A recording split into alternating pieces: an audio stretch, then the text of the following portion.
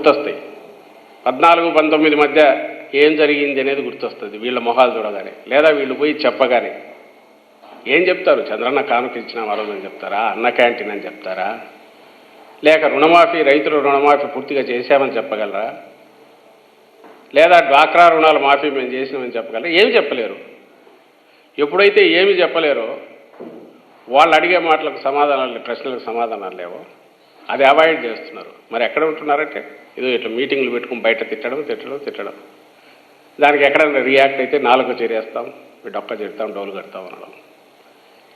ఇది కాక election commission మీద విపరీతమైన ప్రెజర్ పెట్టడం. ఈ దారులు తప్ప నువ్వు నిఖార్సైన రాజకీయ పక్షం అయితే, ప్రజలతో నిజంగా నీకు సంబంధం ఉంటే, ప్రజల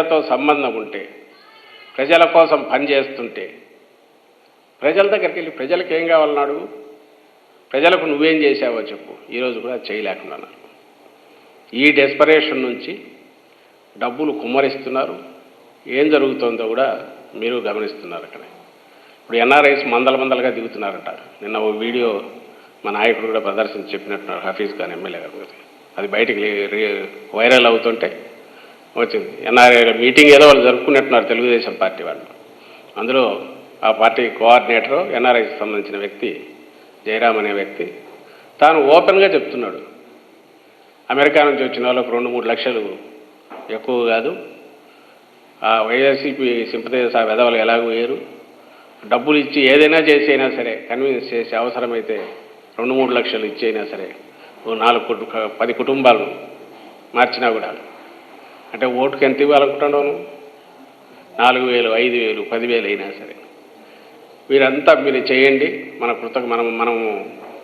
తెలుగుదేశం పార్టీని అధికారంలోకి తెచ్చుకోవాలని ఓపెన్గా పిలిపిస్తున్నారు.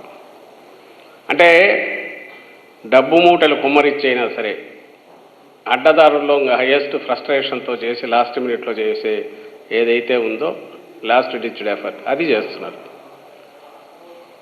అందరికీ పిలుపు ఇస్తున్నాం. రాష్ట్రంలో మా పార్టీ సింపథైజర్స్ కానీ, కార్యకర్తలు కానీ, నాయకులు కానీ కొంచెం అప్రమత్తంగా ఉండండి. టీడీపీ ఎన్ఆర్ఐ విభాగం పేరుతో వచ్చి ఎవరన్నా కానీ ఊర్లలో పల్లెల్లో తిరుగుతా అంటే ఖచ్చితంగా వాళ్ళ వ్యవహారంలో ఏదైనా కొంచెం అనుమానం వస్తే ఇమీడియట్ దగ్గరలో ఉండే పోలీస్ స్టేషన్ కంప్లైంట్ ఇవ్వమని రిక్వెస్ట్ చేస్తున్నాం. ఎందుకంటే ఎన్నికల ప్రక్రియ జరగాల్సింది, ఇప్పటికి వీళ్ళు చేస్తున్నదే అపహాస్యం పాలు చేస్తున్నారు.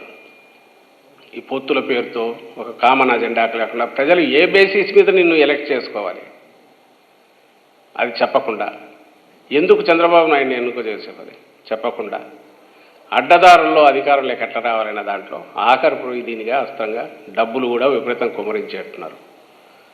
ఎన్నికలకు ముందు ఆ పార్టీ చేసే వీటన్నిటినీ ఏ రకంగా అడ్డుకుంటారో దాంతోపాటు ముఖ్యంగా ఎన్ఆర్ఐలకు సంబంధించినైతే ప్రత్యేక దృష్టి పెట్టాల్సిందిగా రాష్ట్రంలో మా పార్టీ కార్యకర్తలకు, సింపథైజర్స్కు, నాయకులకు కూడా పిలుపునిస్తున్నాం.